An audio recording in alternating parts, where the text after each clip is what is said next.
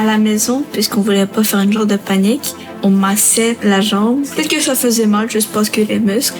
Donc on massait, on a mis de l'eau chaude. Et après, quand on s'est rendu à l'hôpital, on était comme « Ah, c'était pas ça ». Le diagnostic d'un cancer chez un enfant ou un adolescent suscite vraiment beaucoup de questions. Les gens, la famille se demandent très souvent pourquoi c'est arrivé. Le plus souvent, c'est une malchance.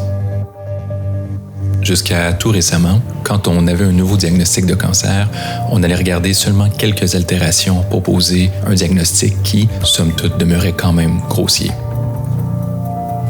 Mais avec l'intégration des tests très complets de génomique dans les laboratoires cliniques, on vient vraiment de franchir une nouvelle génération.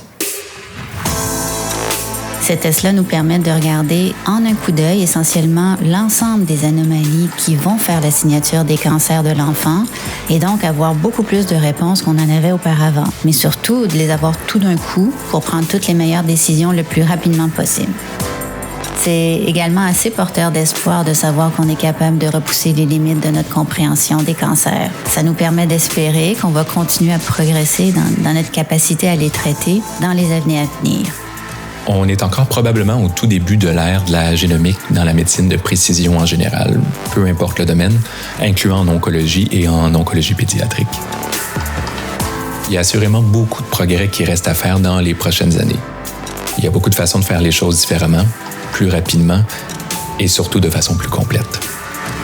Jusqu'à tout récemment, la génomique était vraiment quelque chose qui se passait essentiellement dans les laboratoires de recherche. Et depuis moins d'1 an, en oncologie pédiatrique, c'est accessible en clinique pour tous les enfants. C'est vraiment un très grand accomplissement et un énorme bénéfice pour les patients et leurs familles. En oncologie pédiatrique, on a vraiment l'habitude de travailler en grande équipe multidisciplinaire. On a compris que ça prend un village pour traiter nos patients, qu'on va suivre pendant plusieurs mois et souvent plusieurs années. Notre plus grand souhait pour la génomique, c'est qu'elle reste disponible de façon universelle à tous les enfants qui en ont besoin.